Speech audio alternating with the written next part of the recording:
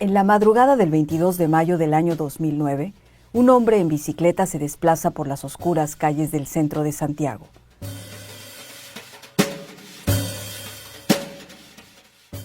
Llevaba en su mochila una bomba y un revólver Smith & Wesson calibre 38 en su cinturón. Su objetivo era, aparentemente, atentar contra la escuela de gendarmería. Pero algo salió mal. Y su lamentable muerte trajo consigo una serie de consecuencias.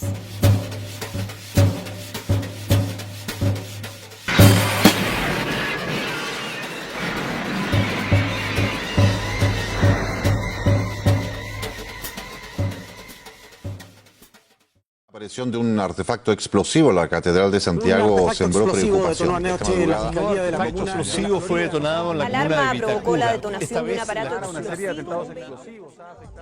Un fiscal de la zona oriente de Santiago era el responsable de investigar y recopilar información acerca de los numerosos artefactos explosivos detonados desde el año 2005 en bancos, embajadas, tiendas comerciales, medios de comunicación oficiales, sedes de partidos políticos, iglesias, comisarías y dependencias del Estado. Hasta ese momento, la investigación no llegaba a nada concluyente. La muerte de Mauricio Morales abrió una línea investigativa que llevó a la policía y al gobierno a poner sus ojos sobre las casas Ocupa y las organizaciones anarquistas. Pero, ¿de dónde venía Mauricio Morales?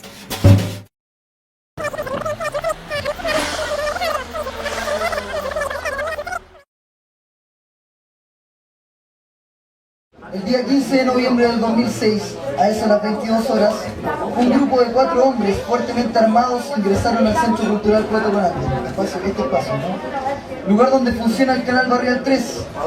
Luego de amedrentar a las 5 personas que ahí se encontraban, los encerraron en una pieza llevándose a uno de ellos para allanar el resto de la casa y robar los artículos de valor, entre ellos todos los aparatos técnicos destinados a la transmisión y funcionamiento del canal Barrial 3. Éramos compañeros en la universidad, estudiábamos pedagogía en historia. Mauricio era como cualquier joven, digamos, crítico con este sistema.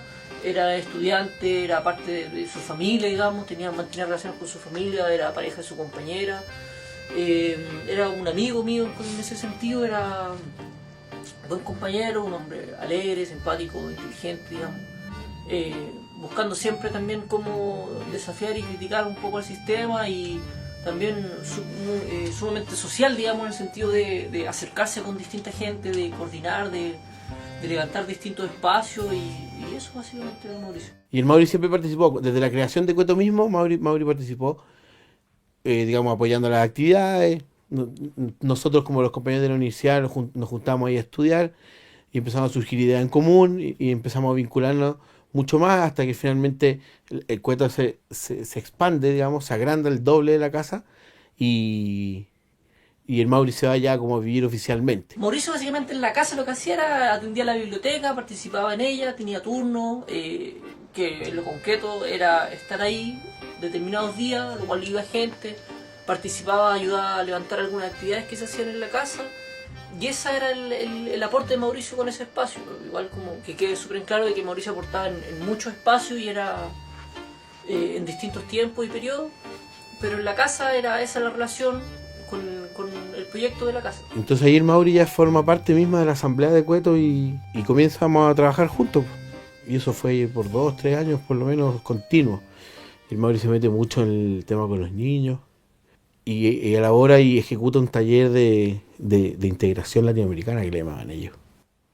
Y con algunos de estos niños, digamos, se empezó a trabajar en el canal, donde el Mauri también participó ahí activamente. Ahí también trabajaba Arturo Garza con los niños. Entonces él siempre tuvo ese rol súper activo y ligado a los niños del barrio.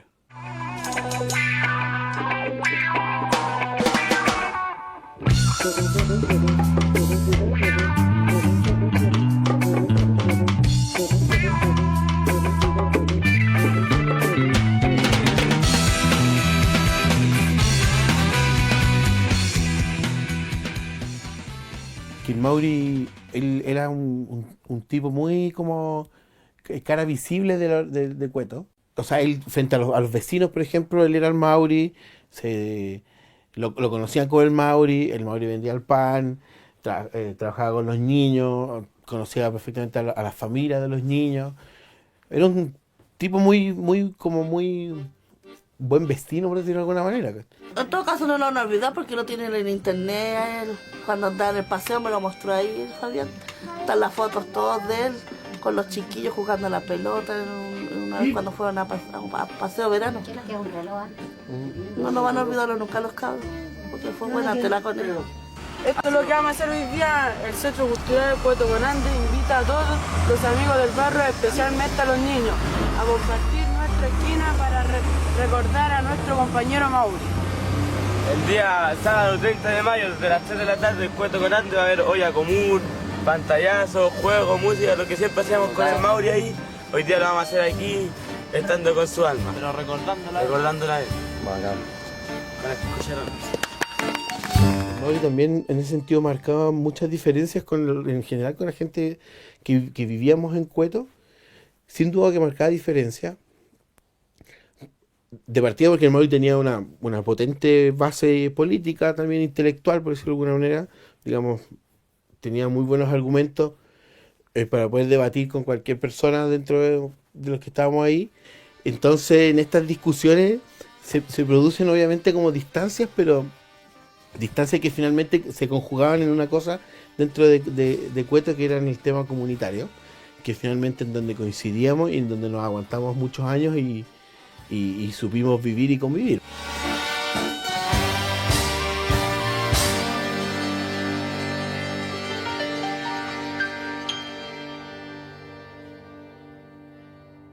¿Cómo están? Buenas noches, bienvenidos a la revisión de las noticias. Comenzamos con la historia de este joven de 27 años que vivía junto a ocupas y quien falleció destrozado esta madrugada por la bomba que él mismo transportaba. El gobierno lo vinculó con grupos anarquistas y la policía busca a su acompañante. Era la 1:30 de la madrugada cuando un fuerte estruendo remeció a los vecinos de calle Ventura Lavalle, en Santiago Centro. Al salir de sus casas, se encontraron con una escena de horror. En la calle yacía un hombre desmembrado por la explosión anticipada de una bomba que aparentemente él mismo transportaba en su bicicleta. Ocupas, pese a que no se matriculó este año, le faltaba solo un ramo para terminar la carrera de licenciatura en Historia. Su cuerpo tenía al menos 10 tatuajes en los que se leían frases como "sin Dios ni amo". Mauricio Morales estaba siendo investigado. Su nombre figuraba en la lista de los 20 sospechosos vinculados a un centenar de atentados explosivos. Bueno, cuando ocurrió esto, el 22 de mayo del 2009, ya había un acecho policial y periodístico a la casa, ya se había empezado a hablar de las ocupaciones vinculadas a los bombazos, inclusive ya habían sido allanamientos de distintas ocupaciones, y en ese contexto ocurre eso. Naturalmente para mí el pensamiento va llegando a la radicalidad. Una persona que está poco a poco formándose se va dando cuenta que las palabras no le van a alcanzar, ¿no? Podemos haber 100 aquí y quizás 90 crean musicando con las palabras, pero habrán 10 o 5 o 2 que en un momento van a decir: ya no quiero más palabras, me cansé de las palabras y quiero ir por más. Si Mauricio Morales tomó una alternativa y un montón de personas más que podían circular estos espacios, si ellos toman una decisión, digamos, de radicalizar su pensamiento, y ellos van a estos espacios sabiendo el control que existe, ¿quién puede juzgar esto? ¿Quién tiene la suficiente moral alta o la suficiente certeza de decir esto no se debe hacer, esto sí se debe hacer? ¿Y qué sentido tendría esa bomba? Es que, bueno, es más o menos lo mismo. Yo creo que básicamente hay que preguntarle a él, y la única forma de preguntarle a él ahora es leer lo que él ha escrito. Y ahí uno puede entender un poco el pensamiento del compañero y un poco del amigo también, de qué era lo que pensaba y qué lo llevó a hacer eso. Porque de otra forma no puedo yo hablar por él.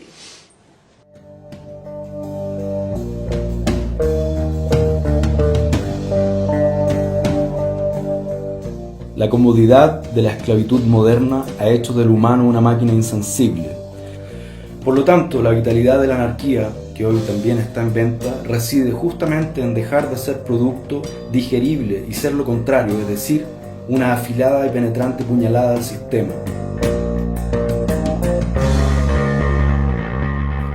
Considero que la dignidad de una persona pasa primero por no claudicar con respecto a sus ideas, mantenerse firme, que por más que intenten avasallarnos con la adversidad, con la violencia insana, considero que hay violencia sana, con los castigos, en fin, con todo. Si te conformas, si te callas, si claudicas y dudas, estás liquidado.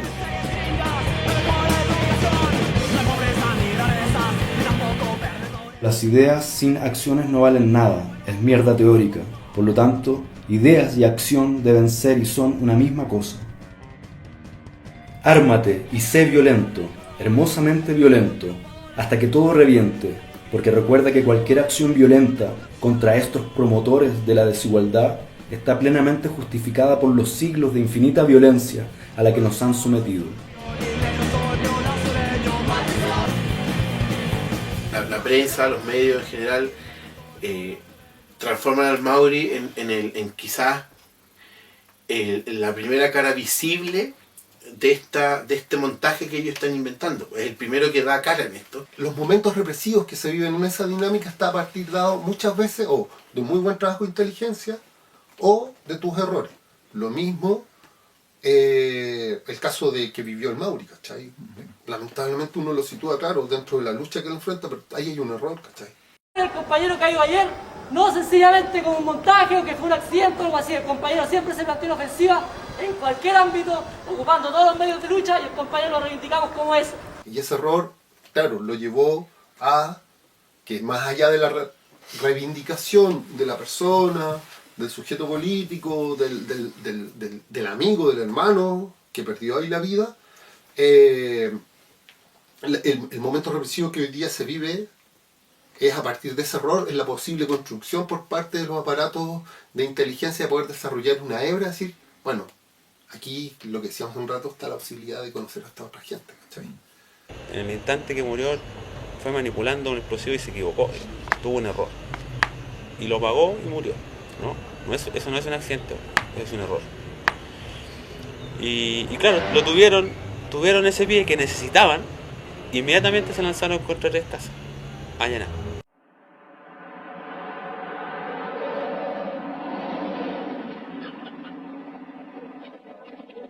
Claro, el Mauri murió intentando colocar una bomba. Eso no cae espacio a la duda. Y por eso ellos, como me imagino, podrían haber reafirmado varias hipótesis que podrían haber tenido. Vale decir, investigar el círculo más cercano, investigar el lugar donde habita. Los medios de comunicación o de desinformación, o los medios burgueses de comunicación, venían instalando el tema hace mucho rato, de quién eran los perfiles más o menos los sujetos que buscaban, que estarían poniendo bombas o liderando los grupos, siempre ligados como a las casas ocupas, que también, claro, pues viene en un contexto que empezaron a proliferar un poco las casas ocupas.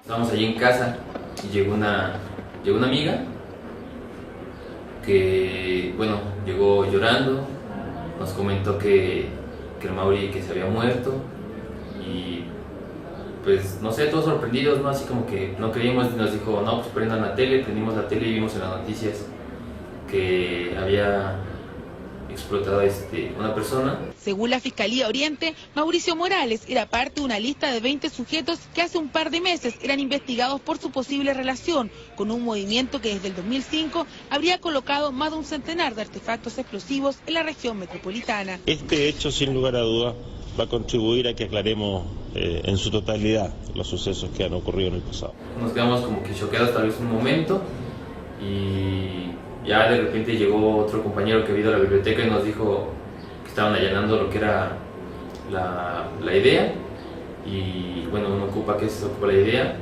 y que estaban tratando de allanar lo que es Sacco Vanzetti.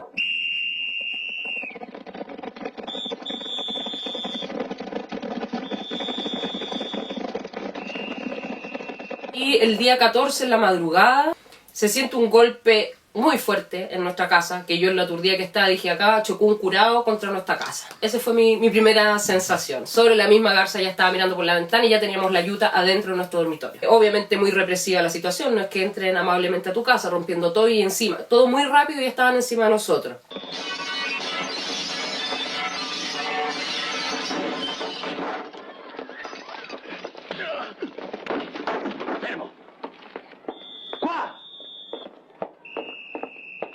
Deve essere il capo. Via, al comando. En primera instancia, cuando la policía llegó a la casa, decía que esto era por droga. Yo no entendía nada, porque yo decía, pero ¿por qué? Se llevaron gran cantidad de libros y ropa. Bueno, la bicicleta. Y de repente nada más se escucha que grita uno de los cabros, cabros, ya nos vienen a allanar. Se escucha un golpe y de repente, bueno, yo estaba haciendo pan, ahora sí que me agarraron con las manos en la masa porque estaba haciendo la masa para el pan.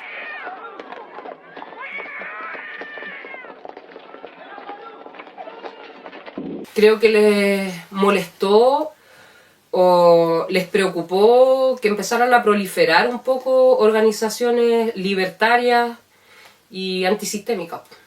Todo esto mismo que te decía, que en algún momento empiezan a crecer las casas ocupa, que todos sabemos que son centros culturales, centros sociales para realizar diversas situaciones, y yo creo que esto, como fue aumentando, de alguna forma había que pararlo, y quizás una forma primera, o no sé si ingenua, podría decir que para parar toda esta situación que se les empezaba a desbordar, es que inventan este montaje.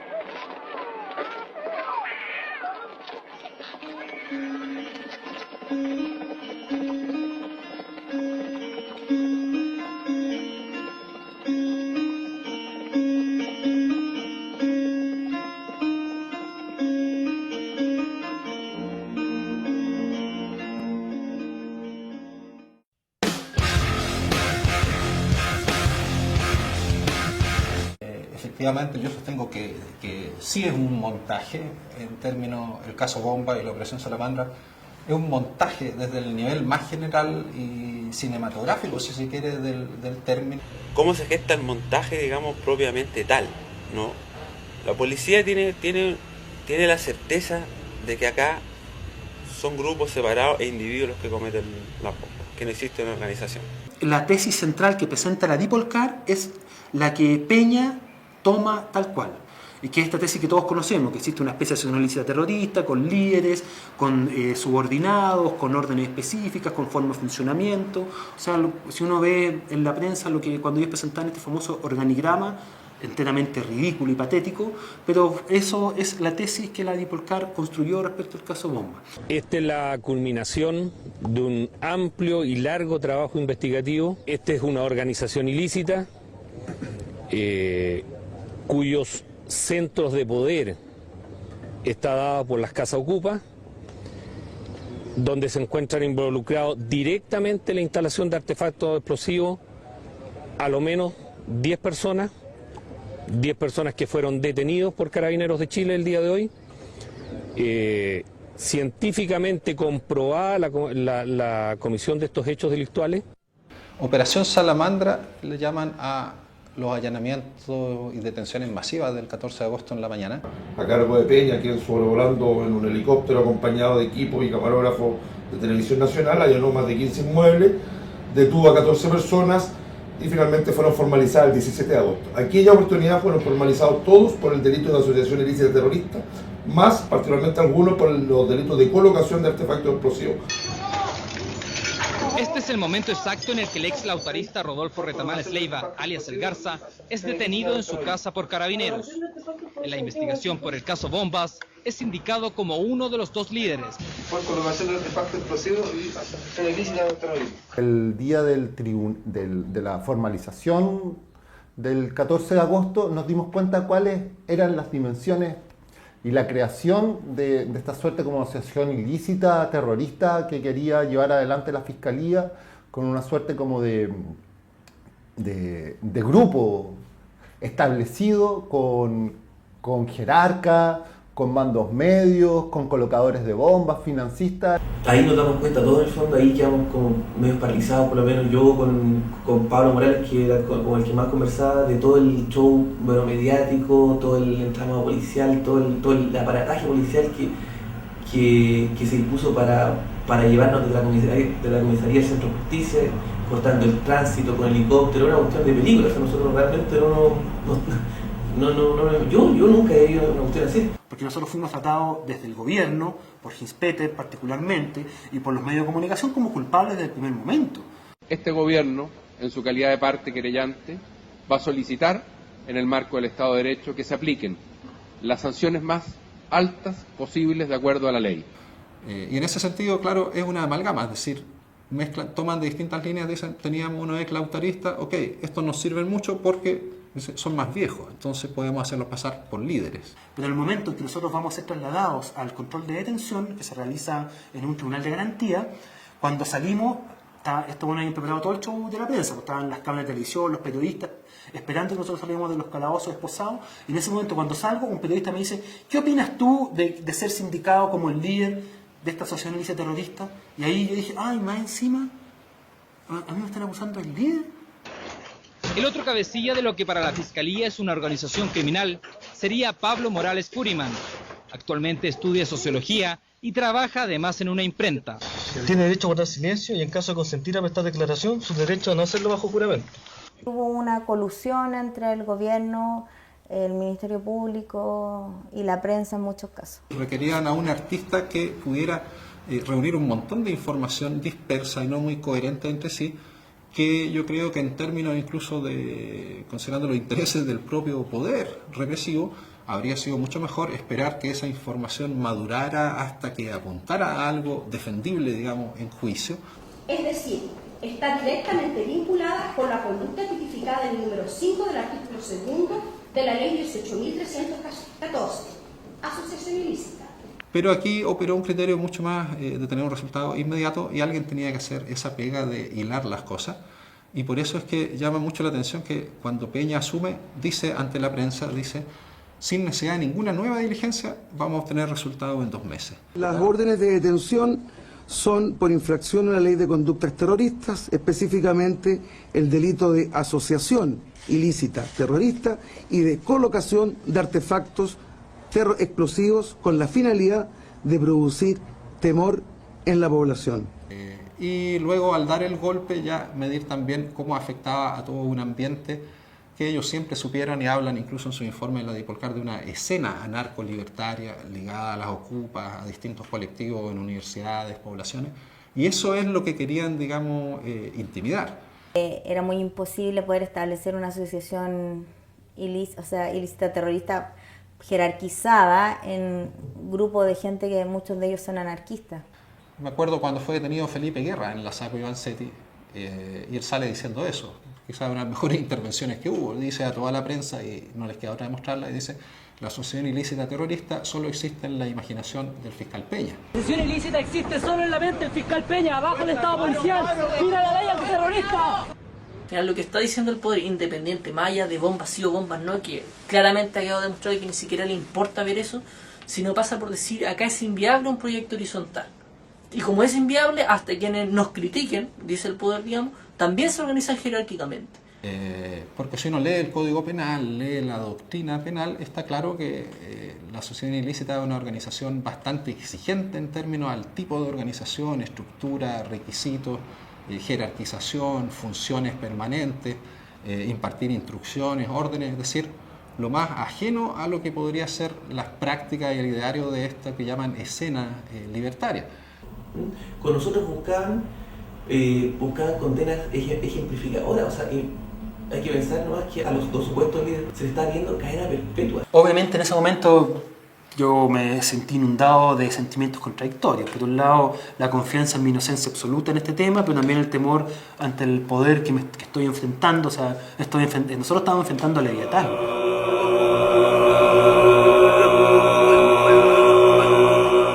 Las personas que están detrás de todo este montaje, político-policial, es básicamente el fiscal Peña con Rodrigo Ginsberger, o sea, de eso no hay duda.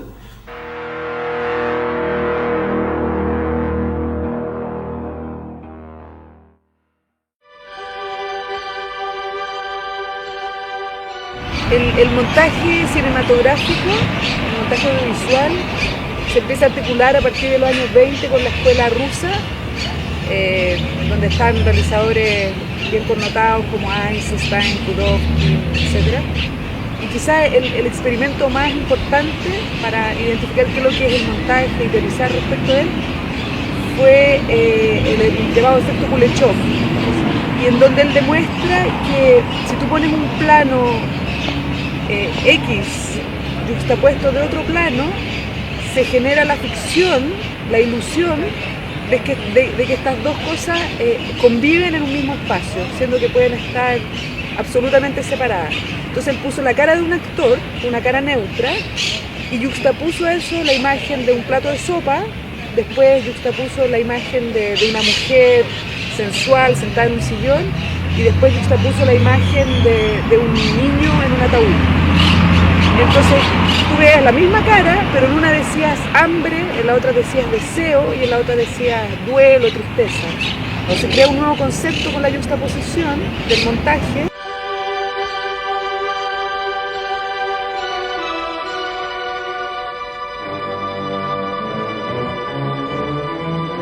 Y eso es justamente lo que hace que el montaje sea como un truco, una ilusión, es casi como un truco de magia.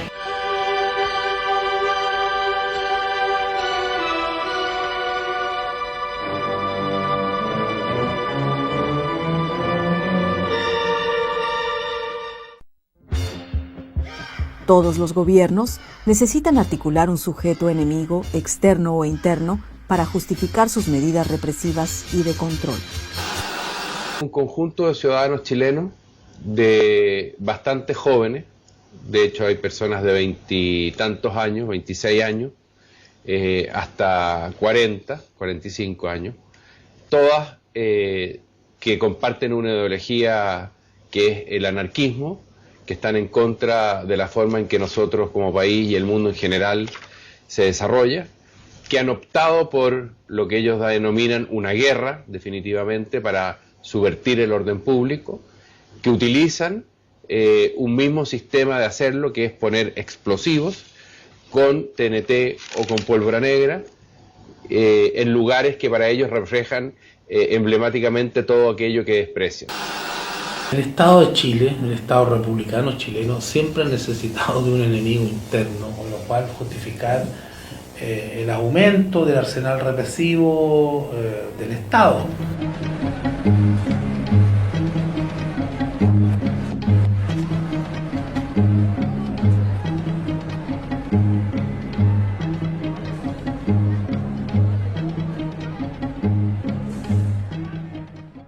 En un momento hablaban de los terroristas en los 80, los subversivos a finales de los 80, principios de los 90, en estas figuras del Lautaro, el MIG y el Frente. Pero el enemigo interno siempre ha sido el mismo, que termina siendo la juventud rebelde. Ese siempre ha sido el enemigo interno. Hoy día el enemigo interno, siendo la misma juventud rebelde, tiene una ideología distinta a la que nosotros tuvimos en los 80. Hoy día son los ideales libertarios, es el anarquismo, el insurreccionalismo. Era muy fácil que esto se transformara en un enemigo público. O sea, si no hay conocimiento de la historia del anarquismo, del aporte del anarquismo en los movimientos sociales en Chile, si no hay conocimiento de incluso cuáles son los procederes o la manera en cómo ellos se relacionan en las casas ocupa, cómo se organizan, cuál es la mirada solidaria que tienen. Pero sí se estigmatizó un grupo social específico, que efectivamente, producto de las contracciones de la lucha de clase, es aquello que me estaba molestando más en este momento. en este contexto preciso que estamos viviendo, efectivamente ellos ahí ven la construcción del otro, que es un asunto muy importante, sea en el caso de los mapuches, el mapuche terrorista, el mapuche violento, en el tiempo de la dictadura era el terrorista, el comunista, cuando llegó Elwin, Lago, Frey, era el terrorista nuevamente, el que no se conforma con nada, el contestatario eterno. Claro, ya se creó un estigma del ocupa anarquista que viste de negro y que posiblemente pone bombas, escucha música punk, es vegetariano y por ahí va, posiblemente tiene tatuajes como los del Mauri, anda en bicicleta. Y todo eso es parte del estigma. Según lo que dijeron los propios miembros de la inteligencia policial, entre las circunstancias que Mauricio Morales viviera o paseara por alguna de las casas ocupa, permitió entonces urdir este montaje en lo que dice relación con que las casas ocupa no son tales, que son centros de poder, y toda esta historia, digamos, que ya raya en el delirio, o rayó en el delirio, ¿verdad?, que todos conocemos.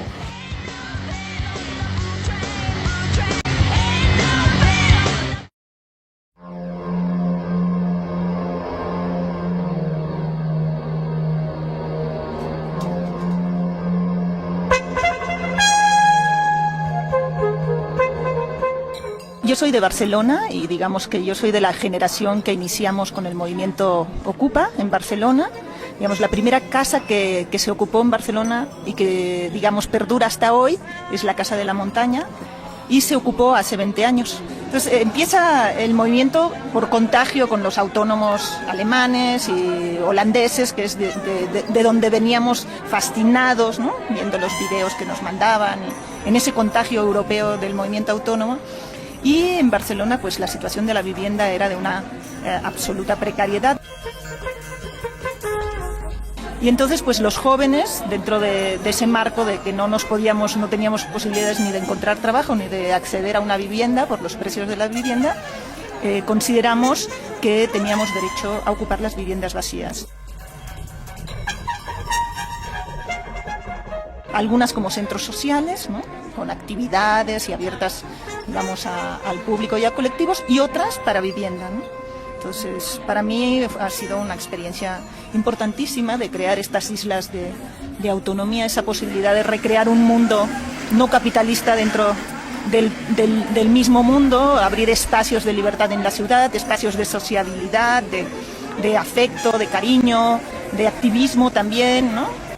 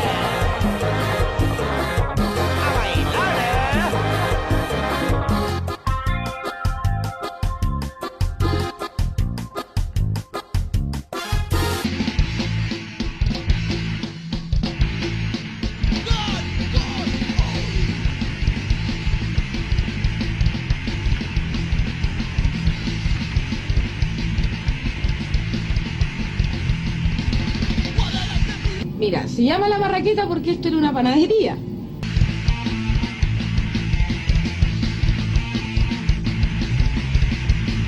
Es un compromiso que tenemos con nosotros mismos y de respetarnos y de hacer las cosas bien, de trabajar acá, de tratar de llevar adelante lo que es un centro cultural, que ese es como el fin de esta casa.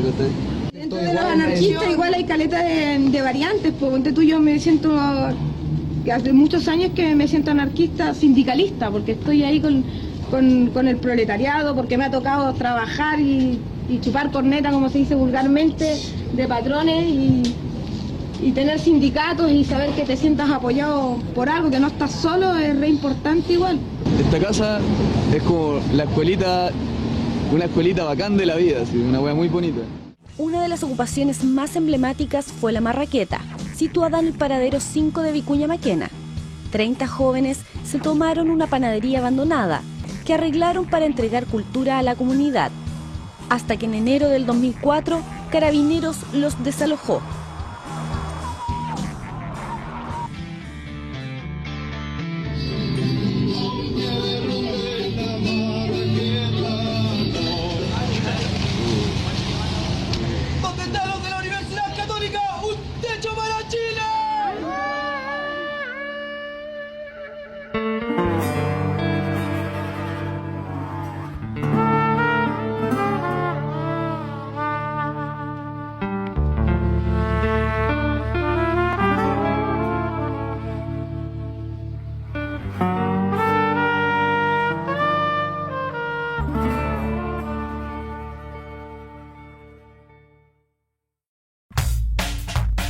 Saco en particular fue una casa que estuvo abandonada desde 1984, básicamente, ubicada en barrio Yungay, en Santo Domingo con Bulnes, y fue ocupada hace 9 años, con la intención de hacer una biblioteca, con la intención de hacer un centro social, un centro cultural.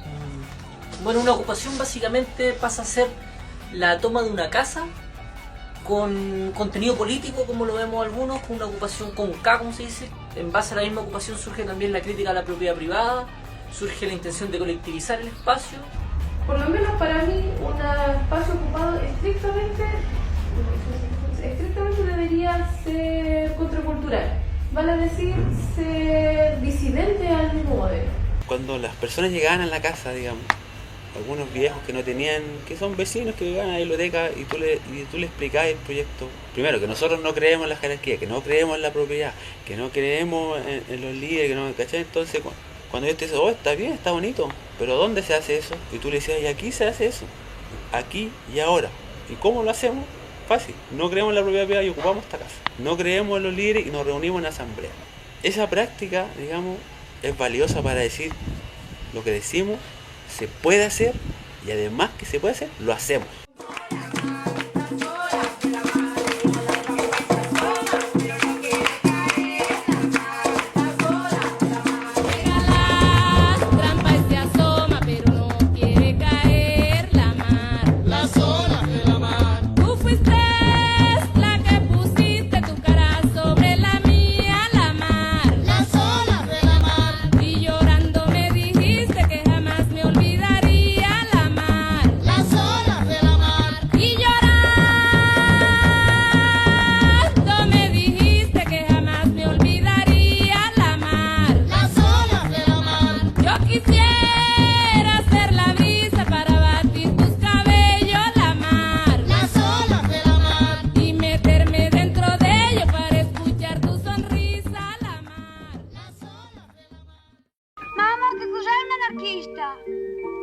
Massiva e le principesse che invito alle bombe che poi lo mandano sulla forca. Zitto e basta. Bueno, anarquismo significa sociedad sin gobierno. Se refiere en el fondo a sociedad sin Estado. Es una corriente política que propugna una sociedad libre, emancipada, igualitaria.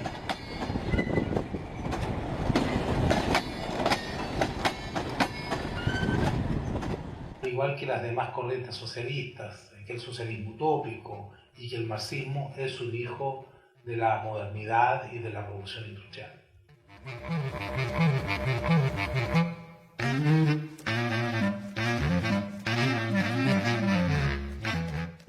Hay una gran confusión en que acción directa y violencia, y en lo posible violencia terrorista, sean una sola y misma cosa. Históricamente no es cierto eso. Acción directa se refiere a aquellas acciones por parte de los oprimidos, de los trabajadores, de cualquier sujeto social contestatario que es o que son realizadas por ellos mismos, sin intermediarios. Una huelga organizada y llevada a cabo por los propios trabajadores es una acción directa. Un panfleteo en una calle es una acción directa. Un rayado en un muro es una acción directa. Una puesta de bombas también puede ser una acción directa. Pero la acción directa no se reduce solo ni principalmente a la violencia. La otra amalgama que se realiza es anarquismo igual violencia. Y eso es otra falsedad histórica. Han habido sectores del movimiento anarquista que han propugnado la violencia revolucionaria e incluso la violencia terrorista. Sí, claramente sí. Fundamentalmente esto se desarrolló en los últimos años o en las últimas décadas del siglo XIX y primeros años del siglo XX en Europa y en los Estados Unidos. Pero así como hubo, y tal vez hay, pequeños grupos dentro de las corrientes anarquistas que propugnan este tipo de acciones, ha habido corrientes que se han inclinado por métodos absolutamente pacíficos. Es en ese contexto histórico en que hay una política muy represiva por parte de los estados que desde el movimiento anarquista se desarrollan algunos pequeños grupos que optan por esta forma de acción directa que es la acción terrorista, el atentado individual.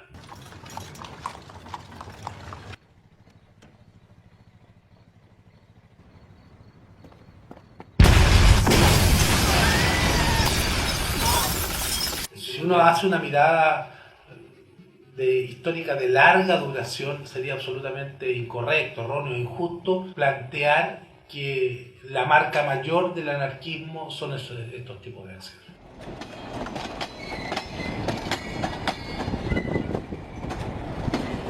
Este nuevo despertar o renacer del movimiento anarquista se realiza en un contexto histórico muy distinto de lo que fue el periodo clásico, podríamos decir, de la presencia anarquista en Chile. La columna vertebral del movimiento anarquista durante las 3 primeras décadas del siglo XX fueron los trabajadores organizados, principalmente la clase obrera, la nueva clase obrera. Este renacer del anarquismo se produce y se asienta en otros sujetos sociales, contestaciones al modelo y al tipo de sociedad imperante que vienen, por ejemplo, de sectores juveniles, de los subocupados, de estudiantes, de culturas alternativas, como el caso de los ocupas, es decir, una variedad muy heterogénea de cuestiones que tienen siempre que ver con la contradicción fundamental, que es la contradicción entre oprimidos y opresores.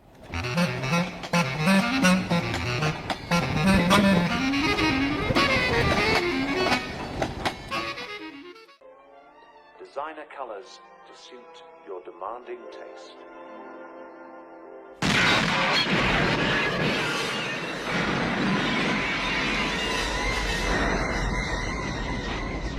With us from the Ministry of Information, Deputy Minister Eugene Peltman.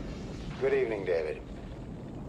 What do you believe is behind this recent increase in terrorist bombings? Bad sportsmanship. A ruthless minority of people seems to have forgotten certain good old-fashioned virtues. Ya durante el siglo XIX y principios del XX, los anarquistas habían sido objeto de montajes políticos y policiales. Entre los años 1892 y 1894 ocurrió en Francia una seguidilla de atentados explosivos, que mantuvo en alerta a la población y a la policía, pues revelaban una violencia sin precedentes. Esos años quedaron en la memoria colectiva como la era de los atentados. Lo curioso es que se les atribuyeran de forma inmediata y espontánea a los anarquistas, que hasta entonces habían sido muy marginales y casi desconocidos en la política francesa. Que los medios de comunicación, las autoridades y la opinión pública, y hasta los historiadores, no dudaran de culpar de las explosiones a los anarquistas, confirma antes que nada una incertidumbre fundamental respecto de su verdadero origen. El rechazo que el anarquismo profesaba a toda mediación social y a toda práctica política representativa generó en la sociedad de manera casi fatal la impresión de que los anarquistas desplegaban una violencia gratuita hacia lo social, especialmente porque sus principios filosóficos ponían en tela de juicio los preceptos básicos del pensamiento ilustrado y de la política moderna. Los anarquistas por esos años ya habían abandonado la tesis de la propaganda por el hecho, formulada por Malatesta en 1876 y considerada inapropiada poco tiempo después. Sin embargo, el mito del anarquista que pone bombas se propagó rápidamente por el mundo occidental. Ese mito sigue vivo hasta el día de hoy, resucitando cada tanto la figura fantasmagórica del anarquista enmascarado con una bomba bajo la capa, para explicar lo inexplicable, figura que durante el siglo XX será transmutada por la del terrorista. La bomba, al mismo tiempo que aterró a la población, fascinó al pensamiento romántico de la época, porque es, de manera contradictoria, un acto de habla y la prueba más evidente del fracaso del lenguaje. Es una palabra fallida en el esfuerzo por diseminar las ideas. Explota cuando el lenguaje no alcanza, cuando los oídos son sordos. En ella se excluye al autor y al sentido. Es un significante vacío. Habla sin decir nada. Quienes ponen las palabras son aquellos que la interpretan. La bomba comunica un mensaje mudo, un gesto irracional que no se puede explicar dentro de los parámetros ilustrados. Es un grito que, tal como la locura o el suicidio, está más allá de la razón, poniendo en cuestión el orden imperante. Por eso, es inasimilable e intolerable para el poder. Es al mismo tiempo un acto de odio y de amor. Tanto en las explosiones de Francia de fines del siglo XIX como en los atentados registrados en el expediente del caso Bombas en Chile, no hubo víctimas. Fueron bombas de bajo poder de carácter meramente simbólico, que si bien apuntaron a centros de poder político y financiero, nunca destruyeron más que unos cuantos vidrios. ¿Por qué entonces este artefacto de ruido, que no está orientado al sabotaje ni a la destrucción masiva, provoca reacciones tan virulentas de parte del poder? Simplemente porque ese acto voluntario de autor anónimo es un acto de plena y consciente libertad, que pone en tela de juicio con su gesto todo el edificio social y nos recuerda que hay una fuera posible.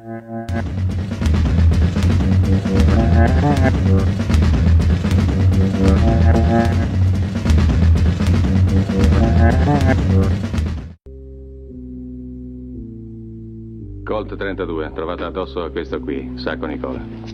Nelle tasche 32 proiettili di varie marche. Un Harrington Richardson calibro 38. Caricatore pieno, 6 cartucce in tutto. Trovata addosso a quest'altro, Bartolomeo Panzetti. Italiani, eh? Cittadinanza americana?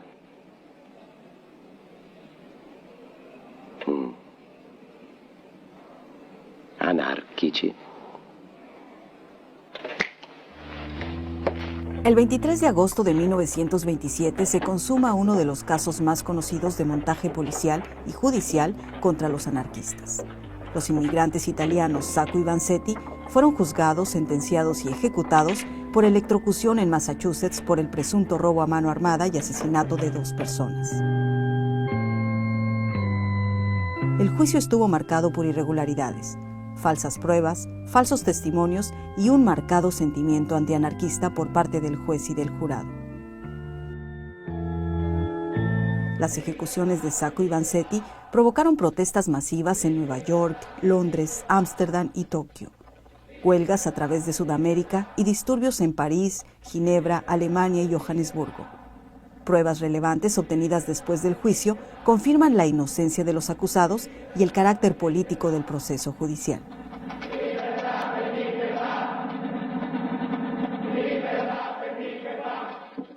Sì, ho da dire che sono innocente. Sto soffrendo e pagando perché sono anarchico. E mi sono anarchico. In questo giorno, 9 di aprile dell'anno del Signore 1927, questa Corte di Giustizia ritiene e ordina che voi, Nicola Sacco e Bartolomeo Vanzetti, siate mandati a morte mediante passaggio di corrente elettrica attraverso il vostro corpo.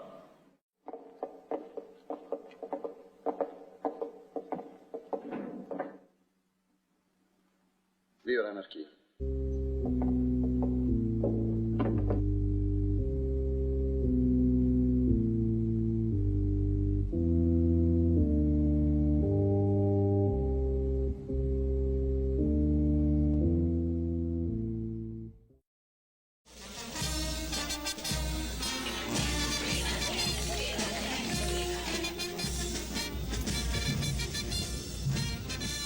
Durante la dictadura militar chilena fue recurrente la puesta en escena de falsos enfrentamientos.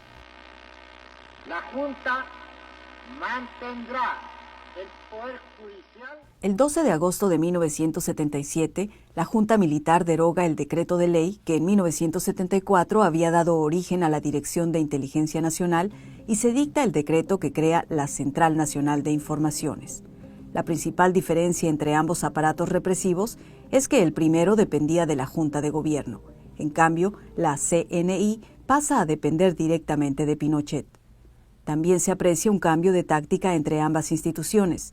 La CNI recurre poco a la desaparición forzada de personas, que sí utilizó la DINA, pero a cambio opta por los falsos enfrentamientos, los seguimientos, amedrentamientos, detenciones ilegales y la tortura.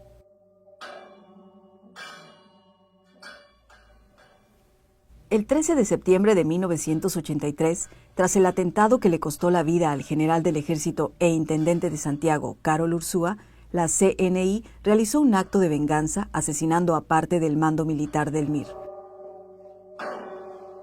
haciéndolo pasar por un enfrentamiento. Al día siguiente de los hechos, se dijo en la prensa que los militantes del MIR habían repelido el intento de detención. Sin embargo, los agentes de la CNI planificaron fríamente el ataque, evacuaron las casas aledañas y rodearon la casa con numeroso personal y armamento de guerra, dando muerte a sus moradores. Los tres extremistas, 2 hombres y una mujer, se encontraban en el interior de una casa asignada con el número 1330 de esta calle Fuente Ovejuna. Voluntarios del Cuerpo de Bomberos se encuentran trabajando en este minuto para extinguir un incendio en esa residencia, luego de la espectacular balacera.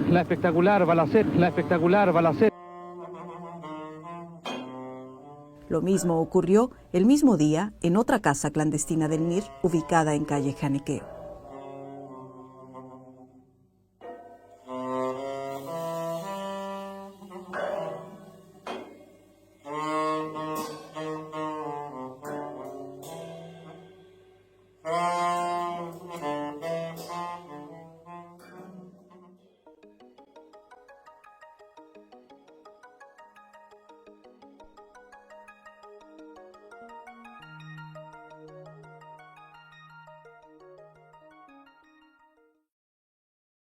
Andrés, yo quisiera hacerte algunas preguntas sobre los enfrentamientos de la calle Fuente Ovejuna y de la calle Janequeo en septiembre del 83. Directamente todo estaba a cargo de la CNI, del aparato operativo de la CNI, que estaba al mando del coronel, que no sé qué grado tenía, Álvaro Corvalán, y llegó una camioneta con una ametralladora. Me dijeron, bueno, ahora vamos a ir a una casa que no está lejos, la calle Fuente Ovejuna. Hay 5 personas adentro y el oficial que estaba a cargo del operativo dijo, no quiero a ninguno vivo. Era una camioneta con una ametralladora. Con una ametralladora, una Rheinmetall. Sí. Y se puso al frente de la casa a unos 20 metros. Y el oficial les preguntó por radio si estaban listos. Ellos respondieron sí. Y el oficial dijo, abran fuego. Y dispararon, un minuto y medio, no sé. Y alguien tomó un megáfono para decirle a la gente que estaba dentro de la casa que se rindiera. Se escuchó una voz que sí, vamos a salir, no tiren. Y en ese momento salió Sergio Peña Díaz. Sergio Peña Díaz. Salió justo hasta la puerta de la casa, con las manos en la nuca. Y en ese momento salieron 2 agentes de la CNI y le dispararon. Yo me recuerdo que le dispararon 2 ráfagas, 3 ráfagas de ametralladora de cerca, a 1 metro, y cayó muerto instantáneamente. Lo asesinaron. Sí. Y después le pusieron una pistola en la mano. Le pusieron una pistola en la mano para que apareciera como que sabía enfrentándose. Muchos fueron los falsos enfrentamientos donde los aparatos de inteligencia de la dictadura dieron muerte a algunos de sus detractores. 4 años después del montaje de Fuente Ovejuna, el 15 de junio de 1987, agentes de la CNI, en represalia al atentado fallido a Pinochet, realizaron la llamada Operación Albania o Matanza de Corpus Christi, donde fueron asesinados varios miembros del Frente Patriótico Manuel Rodríguez.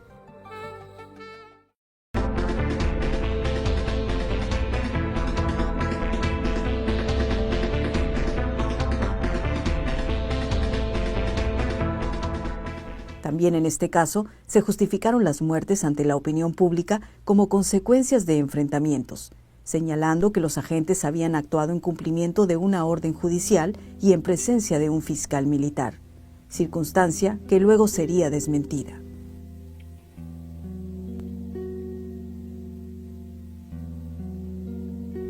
También se señala la existencia de agentes heridos, sin embargo, en el lugar no existían huellas de disparos efectuados desde el interior del inmueble. Las marcas en el piso dejadas por las balas dan cuenta de que a algunas de las víctimas se les disparó desde arriba hacia abajo, presumiblemente mientras estaban en cuclillas. Resulta inverosímil la existencia de tantos enfrentamientos y con tantas víctimas fatales en unas pocas horas. La operación y su desenlace fue planificada como una acción de exterminio. La respuesta que han tenido los extremistas esta vez, y a su vez debe dar tranquilidad a la ciudadanía de que los derechos fundamentales de las personas están absolutamente bajo el resguardo de lo que son los organismos policiales de seguridad.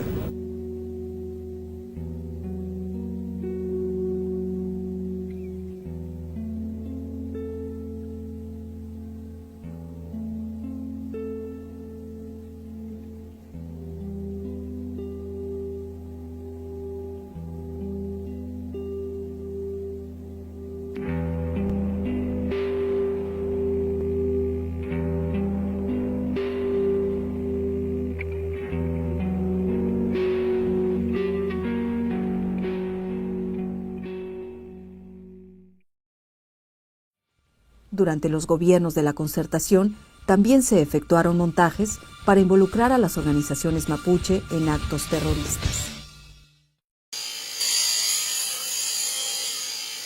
Bueno, nosotros como Seibo Producciones llevábamos ya varios años trabajando en conjunto con comunidades mapuche en resistencia, que estaban en proceso de recuperación territorial. Entonces, cuando se viene encima todo este proceso por el supuesto atentado, emboscada, aniquilamiento, como lo rotularon, digamos, en Fiscalía.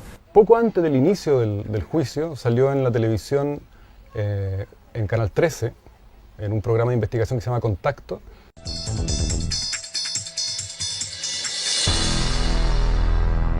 Hay acuerdo en que una mínima parte está en conflicto radical contra el Estado y que protagoniza enfrentamientos y actos que los gobiernos de Lagos y Bachelet consideraron terroristas. Un reportaje que claramente buscaba, a priori, antes de que hubiera sentencia, antes de que se estableciera el procedimiento del juicio, antes de que la defensa tuviera conocimiento de las causas, etc., buscaban hacer una condena pública a los dirigentes de la coordinadora. De hecho, salían sus nombres y sus fotos, salían rutas de recorrido hacia Colombia, a participar en supuestas escuelas de guerrillas de la FARC, etc. Y además entregaban a través de este programa una serie de antecedentes que no eran conocidos por la defensa, escuchas telefónicas, testimonios y declaraciones de testigos sin rostro. La defensa apuntaba más bien hacia demostrar que había todo un proceso de montaje jurídico, policial y mediático que buscaba incriminar a priori a los acusados, ¿no? Los montajes no son aleatorios, ni son improvisados, ni es algo que a uno se le ocurra hacer porque sí, sino que hay toda una ciencia del montaje detrás. Hay una preparación, hay una metodología. Y si hay metodología y hay preparación y el montaje se enseña, naturalmente tienen que existir cursos de cómo se elabora un montaje de operaciones psicológicas, tienen que existir manuales. Y decidimos partir rápidamente a la casa, a la búsqueda de estos manuales. Aparecieron algunos documentos desclasificados del FBI y de la policía y de la CIA y del ejército norteamericano, en el que hacían mención a algunos manuales o documentos que tenían como rótulo FM, ¿ya? FM 135, FM 132. Empezamos a buscarlos en internet, a googlearlos en el fondo, y no aparecían como tales. Nos metimos entonces a través de los archivos desclasificados de los últimos años en el FBI, y nuevamente se repitieron estos nombres. Y de pronto apareció una página de alguien que había subido en línea todos los archivos FM de 3 o 4 fuertes de instrucción en los Estados Unidos. Y si uno se metía a investigar en ellos, de pronto encontrabas que había un capítulo o un subcapítulo dentro de los manuales que eran los manuales de montaje de operaciones psicológicas. El procedimiento, ¿no? Por ejemplo, lo primero que uno tiene que determinar es cuál es el enemigo al que se busca neutralizar, cuáles son sus puntos fuertes, sus puntos débiles, su relación con la comunidad, etcétera, etcétera, para construir un caso. Y luego venía todo el procedimiento de cómo se construye un caso a través de ciertas herramientas, como herramientas policiales, escuchas telefónicas, seguimientos, etcétera, a través de infiltraciones, y luego también el aporte que pueden hacer los medios de comunicación en alianza con la investigación policial, precisamente para generar una sensación en la opinión pública, una sensación subjetiva de apoyo al montaje y de rechazo al enemigo, ¿no? O sea, romper su vínculo con la sociedad. Ahora veremos más sobre la emboscada al fiscal Mario Elgueta, los detalles de la investigación, las escuchas telefónicas a los líderes de la coordinadora Arauco Mayeco y el testimonio de testigos protegidos. Pero también veremos por primera vez lo que dicen los militantes de la CAM que participaron en ese ataque y que responden a quienes los acusan de ser terroristas con preparación en el extranjero. Y el montaje judicial, es decir, cómo entonces la Fiscalía hace uso de todos estos elementos para construir una narración. Y esta historia, según los manuales, debe contener material duro, ¿no? Que son los productos de tus escuchas, los productos de tus infiltraciones, los productos de tu seguimiento, ¿ya? Pero como claramente tu hipótesis preelaborada es distinta a lo que tú puedes colegir de estos elementos, luego tú tienes que hacerte una lista de aquellas cosas que tienen que suceder para que se hilen entre sí todos los elementos del montaje. En este caso particular, el montaje que nosotros estudiamos, que es que buscaba finalmente desarticular, descabezar a la coordinadora Arauco Mayeco, se construye este monstruo que es el enemigo de todos los chilenos, ¿ya? Para poder descabezar al monstruo, tenemos que concentrar su cabeza. Una vez que tienes concentrado a tu enemigo, a este enemigo de todo Chile, ¿ya? Tienes que dar el golpe final, el sablazo con el que le cortas la cabeza al monstruo, ¿ya? Y este montaje en particular era eso, el sablazo. Entonces los operadores políticos de la inteligencia policial, del Ministerio del Interior, lo que hacen es construir un caso que permita meter a esta gente durante 100 años en la cárcel, hacerlos desaparecer del mapa, descabezar por completo a la coordinadora, desarticularla, denostarla ante la opinión pública nacional y también al interior de las propias comunidades. Y se fabrica un atentado que pueda entenderse como la consumación lógica de los planes militaristas de este enemigo de Chile. Y para hacer una operación de esta naturaleza, la orden para hacer una operación de esta naturaleza tiene que venir naturalmente a través de las instancias formales desde el Ministerio del Interior. El ministro del Interior, Rodrigo Hinspeter, llegó a la Araucanía para interponer una acción judicial invocando la ley antiterrorista. Hace pocos días se incendió un helicóptero destinado a apagar el fuego. Y ese atentado ha sido adjudicado o reivindicado por la CAM. Y no he escuchado un desmentido de parte de ellos. La verdad es que a partir de eso uno puede conjeturar y decir quién está detrás de otros incendios. El Ministerio del Interior es el único que puede influir directamente en las policías. Y las policías, a su vez, elaborar casos en connivencia con la Fiscalía para lograr los objetivos que son preciosos para los grandes inversionistas.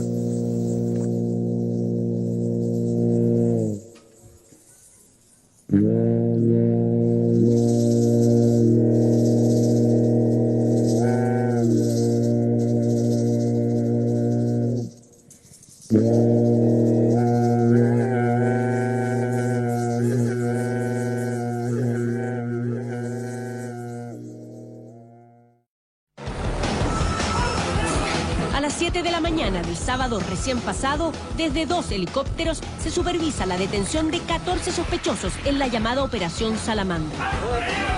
Grupos especiales de carabineros e investigaciones de Chile equipados con sofisticados sistemas de detección captaron rastros de pólvora y TNT en algunas de las casas allanadas. Nosotros fuimos detenidos un sábado, el jueves siguiente se emitió un informe especial en Canal 7, en el cual se planteó completamente la tesis que en ese momento manejaba la Fiscalía de la Dipolcar, pero lo que me llamó la atención a mí fue el uso de imágenes que ellos tuvieron. O sea, ellos tuvieron acceso a imágenes que no tenía acceso ningún otro periodista. Por tanto, esas imágenes fueron proporcionadas por los organismos represivos, por la Policía de Investigación y por la Dipolcar.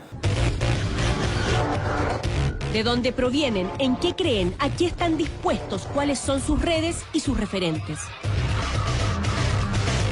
Documentos, conversaciones e imágenes inéditas que permiten comprender qué habría detrás de las detonaciones que han atemorizado al país en Informe Especial. Yo creo que la apuesta de ellos siempre fue que la cuestión judicial y a largo plazo, si había o no una condena, era algo que venía después. Pero lo que en ese momento requerían es una respuesta donde el montaje tiene principalmente ahí una arista mediática. Descontentos con la democracia que impera en Chile, grupúsculos radicalizados optaron por acciones violentistas. En 7 años han colocado más de 160 bombas en calles, iglesias, bancos e instituciones públicas. Ese momento cristaliza muy bien esta colusión político-mediática que se da entre los intereses del gobierno y la funcionalidad que prestan periodistas al servicio de los intereses del fascismo chileno. La construcción noticiosa de los más media tenía una función ideológica clara, o sea, iban apuntadas hacia una forma de pensamiento, en la cual coincide plenamente con la acusación, con la imputación que se nos hacía a nosotros. También debiera suceder que uno resguardara de alguna manera, o que los periodistas, los derechos de quienes están siendo inculpados de algo, cuando ni siquiera ha habido una investigación importante, cuando no se les ha procesado, cuando no hay sentencia. De la función cultural de la casa ocupada Sacco y Vanzetti quedan dudas al ver estas imágenes registradas durante el allanamiento del fin de semana recién pasado. A mí lo que me pareció más sorprendente de este informe especial fue el tono. Un tono que era de un sensacionalismo así, pero impresionante. Se mostraban las letras de las canciones del grupo de Mauricio Morales, por ejemplo, que si tú cachai un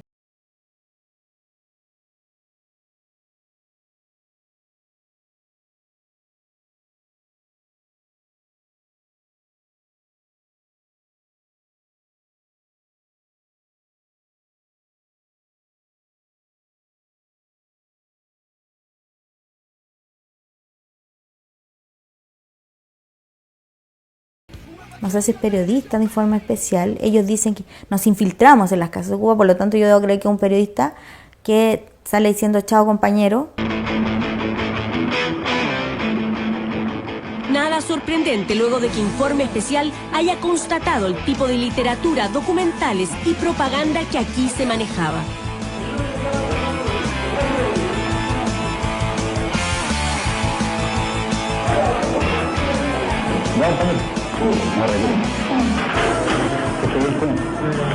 Se había hecho eco antes de esto que decían los personeros de la Concertación y hablaba incluso de un lumpen inorgánico autodenominado anarquista, y de la noche a la mañana empiezan a hablar de una organización que recibe financiamiento internacional desde las Islas Caimanes, una serie de cuestiones incluso fantasiosas en la prensa, pero con información tan seria y filtrada, digamos, directamente, es obvio, desde la policía y la fiscalía a La Tercera y el Mercurio, información de perfiles que casi faltaba dar el nombre nomás para anunciar hacia dónde se iban a dejar caer.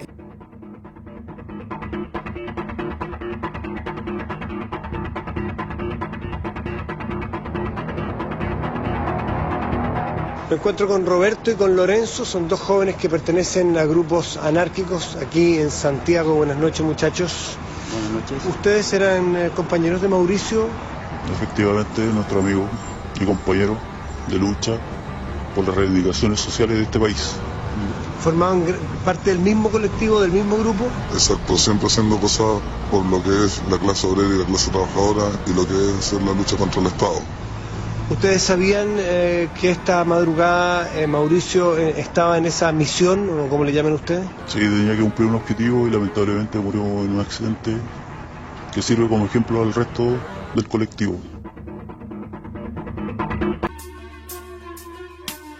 Yo era feliz contigo,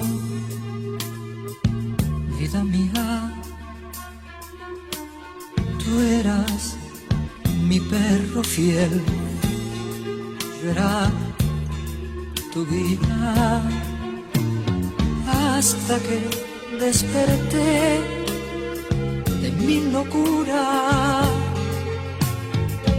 y pude comprender que me mentías.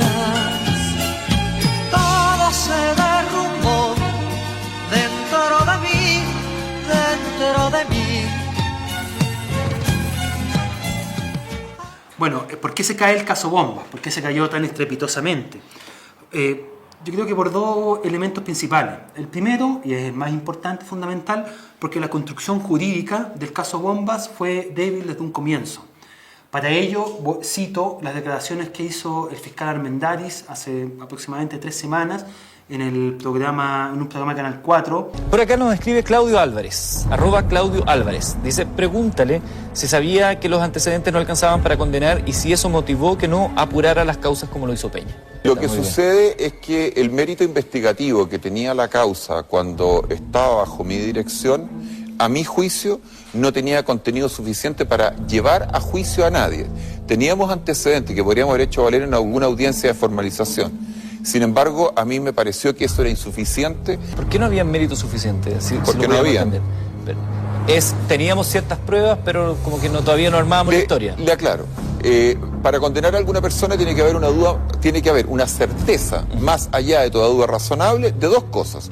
Que existe un delito, que en este caso era fácil de probar porque los bombazos, etcétera, bombazos, pero además de participación. Ese elemento, el último de participación, a mi juicio la investigación no estaba completa, madura, con todos los antecedentes, la palabra que usted quiere ponerla, para llevar a juicio a una persona determinada. Ese es el elemento que Peña perdió de vista. ¿Por qué lo perdió de vista? Porque Peña es un buen poco profesional.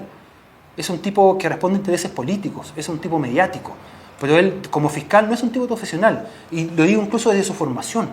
Peña es un tipo que, para ser abogado, tardó 10 años. Y ahí las posiciones variaban desde los que creían que la cuestión se iba a desmontar de inmediato porque no tenía ni pies ni cabeza, hasta los que asumían que esto era una vendetta política, digamos, contra el anarquismo y que iban a estar presos varios años. Pero en un punto logran coordinarse, aunar, digamos, esfuerzos y lanzar una huelga de hambre. Y eso que parte en el total aislamiento mediático, no sé bien por qué, pero en un punto eso se empieza a revertir. Y cala hondo en la opinión pública que esto es un montaje. Un revés para la Fiscalía. Un año después de la espectacular detención en el caso Bombas de 14 personas ligadas a grupos anarquistas, el Ministerio Público se quedó sin una parte importante de las evidencias con las que pretendía probar sus acusaciones. La Corte de Apelaciones confirmó la decisión del juez de garantía Luis Avilés, quien había objetado la legalidad de pruebas fundamentales para el caso de la Fiscalía. Comienza la preparación de juicio y ahí es donde empieza a verse la magnitud de lo poco serio de las maniobras realizadas. La acusación, que la subieron también en un sitio, en Homo Dólares, y por eso al final todo el mundo hablaba de lo absurdo de las pruebas que había en la bolsa de pasa, el póster de Axl Rose, el oráculo del guerrero. Para personas como yo y personas como muchos que están en la casa, suenan raras algunas pruebas. Nosotros teníamos por acá algunas que copiamos, no son efectivamente ellas, pero que estaban dentro de las pruebas con las cuales se pretendía levantar cargos. Uno de ellos, por ejemplo, era esto. Un póster, no necesariamente pero algo similar a este, un póster de un cantante conocido como Axl Rose, vocalista de una banda que se llama Guns N' Roses, y decía que tenía unas anotaciones atrás, pero las anotaciones atrás eran como el copyright del póster. ¿Cómo un póster en una casa ocupa se puede llegar a convertir en algo que indique a alguien que podríamos estar ante subversivos? De muchas maneras, y a lo mejor de ninguna. Pero por ejemplo, te explico. Porque parece así a buenas luces parece no, si ridículo. Entiendo que parece ridículo, si no me voy a hacer el leso respecto de la materia. Perdón, una bolsa con pasas, que son tan ricas además. A no ser que te las empiecen a tirar, no me imagino cómo una bolsa con pasas podría llegar a convertirse. O este otro, que era un libro, El oráculo del guerrero, que también formaba parte de las pruebas, algunas de las pruebas que se presentaron. Explícame cómo se podrían llegar a convertir en pruebas contundentes. A ver, es posible que fueran totalmente impertinentes. Eso comienza a hacerse público, yo creo que en gran medida por el comportamiento que tienen los propios presos y su entorno, sus amigos, la escena anarco-libertaria, digamos, que después de quedar un poco aterrada quizás al inicio, comienza a articularse de nuevo.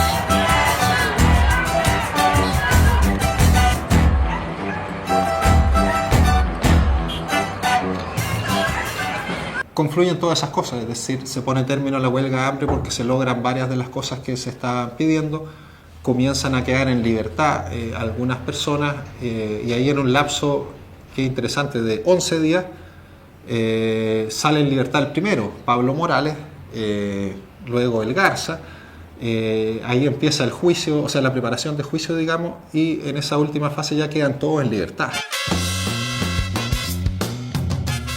Primero en junio el tercer tribunal oral en lo penal dictó una contundente sentencia absolutoria por 3-0 que desechó entonces la acusación, tanto la acusación fiscal como las acusaciones particulares de los otros querellantes en lo que dice relación con el supuesto delito de colocación de artefacto explosivo terrorista por un lado y luego también el delito de financiamiento del terrorismo.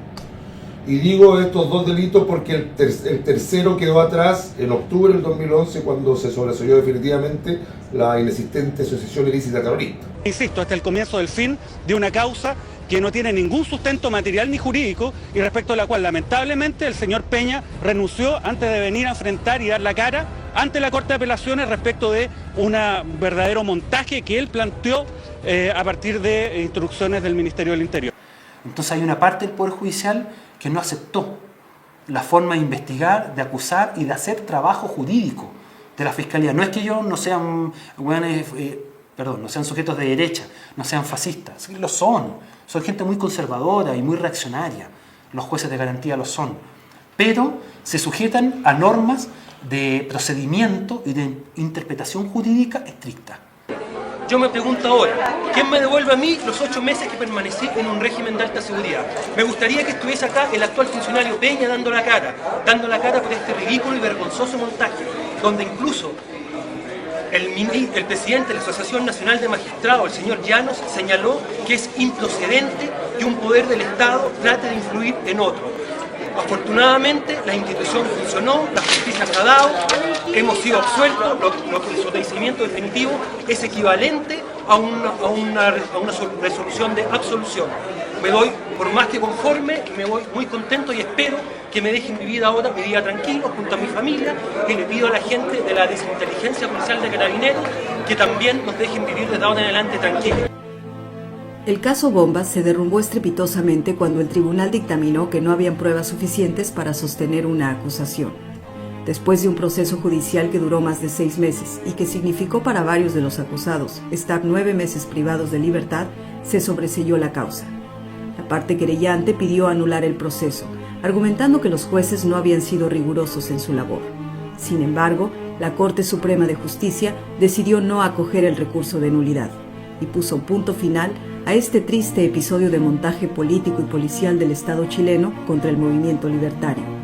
Todos los acusados quedaron absueltos y se dictaminó que el Ministerio del Interior y la Fiscalía debían pagar las costas del juicio e indemnizar a los acusados.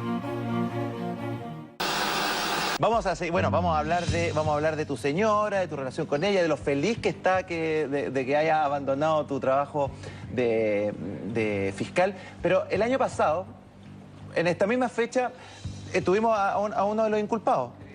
Y que me gustaría que revisáramos parte de su declaración, de su teoría que él tenía y un poco lo que dijo en ese momento. Yo creo que en este caso encontraron en este gobierno el perfil que ellos buscaban en este fiscal, que le gustaba figurar, que le gustaba mucho la cámara, que tenía un perfil mediático muy marcado y que también yo creo que tenía ambiciones políticas de otro tipo, las cuales quedan claramente demostradas cuando él sale del caso Bombas, y yo creo que lo hace cuando él se da cuenta de que el caso Bombas se le va a derrumbar entero. En ese momento él da un paso al lado y entra a trabajar al Ministerio del Interior directamente. Son las 10 de la noche con 55 minutos, un programa absolutamente en vivo y en directo. Me encuentro solo en este momento el fiscal, el ex fiscal Alejandro Peña. No le gustó el tenor que estaba tomando la entrevista, no le pareció tampoco parte de las evidencias que le mostré y que eran parte de las evidencias que se tomaron. Este es un programa en vivo, nosotros tenemos que seguir.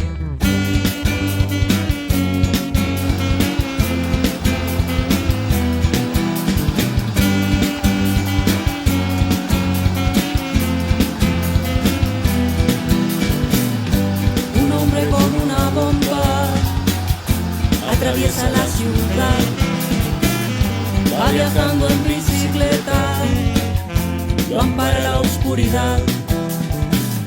Su amor no tiene palabras, él quiere que hable la acción. Lo persigue su destino, que le habla de rebelión. Lleva en su mochila su historia, su rabia, su corazón, un revólver en la cintura, confía en su vieja cor. No teme a la policía, la aterra la sumisión. Están oscuras las calles, él trae un despertar.